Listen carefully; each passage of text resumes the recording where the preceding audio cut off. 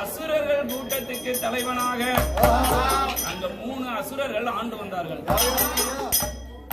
யார் என்று கேட்டால் அண்ணமாரிலே மூத்தவனான சூரபத்மனும் அவனுடைய தம்பியான அந்த தாரகாசுரனும் அவனுக்கும் இளைய தம்பி சிங்கமுகாசுரனும்.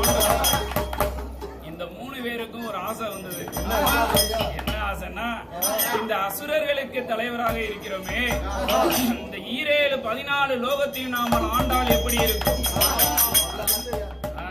ஆசைதான் மனுஷனுக்கு. ஆசை யார விட்டது? ஆசைதான் அழிவுக்கு காரணம். ஆவிகளுக்கு அழிவு வரும்னு தெரியாமல ஆசைப்பட்டான். என்ன பண்ண முடியும்? ஆமா, அந்த குடத்துக்காரு கூட வந்தாரு. ஆசைதான். கேல்கரி வரைக்கும் வந்துட்டு ஒரு நாள் தங்கிட்டு போன ஹோட்டல்ல ரூம் போட்டு ஆசை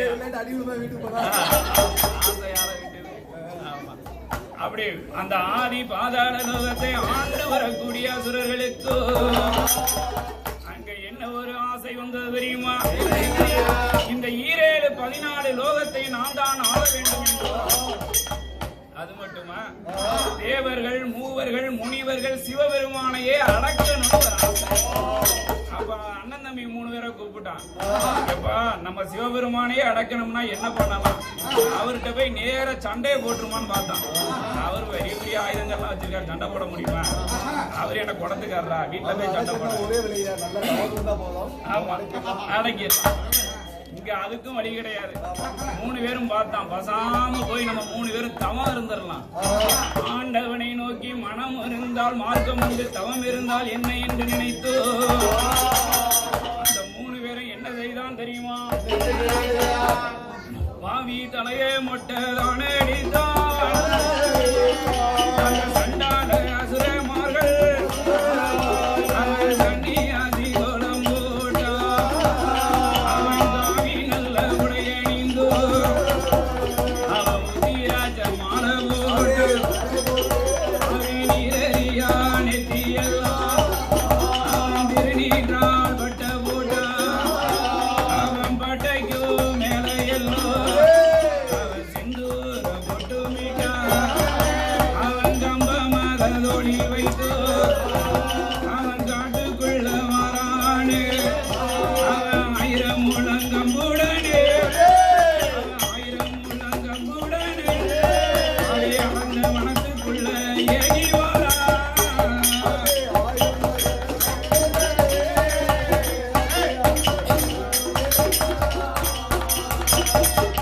அப்படி 1000 முழம் கம்பத்தை எடுத்துக்கிட்டு அடர்ந்த வனத்துக்குள்ள வந்தான்.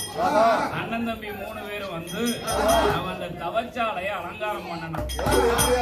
ஆமா, இன்னைக்கு நம்ம அப்பா முருகன் கோயில்ல எப்படி அலங்காரம் இருக்கு, இதே மாதிரி அலங்காரம் பண்ணணும் அவனுக்கு ஒரு ஆசைதான். ஆமா, அங்க போய் அலங்காரம் பண்ணான். அவன் எப்படி அலங்காரம் பண்ணான் தெரியுமா? அவன் சாந்து கொண்டு தரமொழுகி சந்தனத்தால் கூடம் போட்டான். ஆவி பாலால தரமொழுகி அவன் பன்னீரால கூடம் போட்டான். அவன் மாவு கொண்டு தரமொழுகி மஞ்சனையா கூடம் போட்டான். அவன் கூடம் போட்ட இடம் மதியில அவன் 6 கால வீடம் போட்டான். அவன் 6 கால வீடம்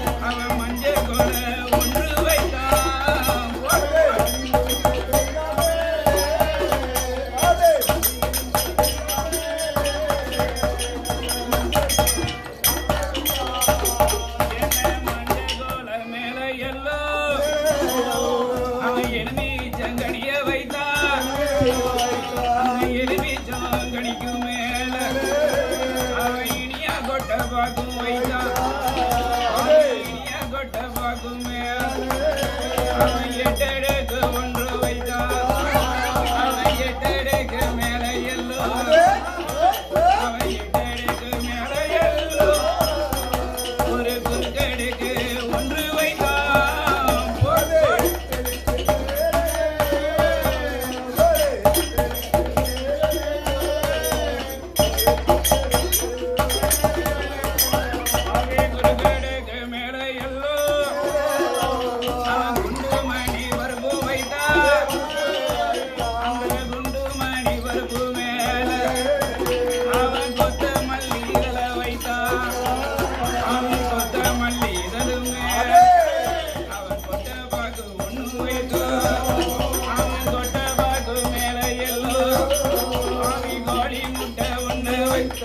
அந்த கோழி முட்டை மேல எல்லோ அந்த கோழி முட்டை மேல எல்லோ அவன் குண்டூசிய நடுவானோ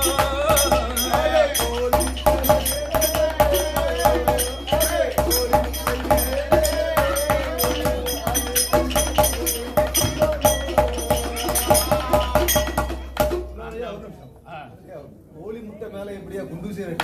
ஆமா, அதான் அவனுக்கும் நமக்கும் உள்ள வித்தியாசம். என்கிட்ட கிளம்பி வரும்போது எத்தனையோ மேக்கப் போட்டோம், ஒரு மேக்கப் கூட ஒத்துக்கணும். இங்க வந்து குளிக்கிறதுக்கு இடம் தேடி அலைஞ்சி இறப்பான். நல்ல வேலை முருகன் கோயில ஒரு ரூம் கட்டி வச்சு உங்களுக்கு குளிக்கிறதுக்கு ரூம் வைக்க மாட்டாங்க. முருகன் தப்பிச்சாரு. ஆமா, இந்த பக்கப்பாட்டமெல்லாம் பிரச்சனையே கிடையாது. அப்படிதான் அவங்க சொன்னாங்க, அப்படிலாம் சொன்னாங்க. போன தடவை ஒரு தடவை பாடணும் எட்மண்டன்ல, அப்பெல்லாம் அவங்க 8 மணி நேரம் போட்டாங்க. இந்த கார்ல உட்காந்துக்கிட்டு போன் பண்ணாங்க, எங்க எல்லாம் வந்துட்டீங்களா? நாங்க வந்துகிட்டே இருக்கோம். நாங்க நீங்க என்ன பண்றீங்க அப்படின்னா, காருக்குள்ள இருந்தே மேக்கப் போட்டு நான் என்ன அது என்ன கதை அப்படின்னா, சும்மா டச் அப் அப்படின்னா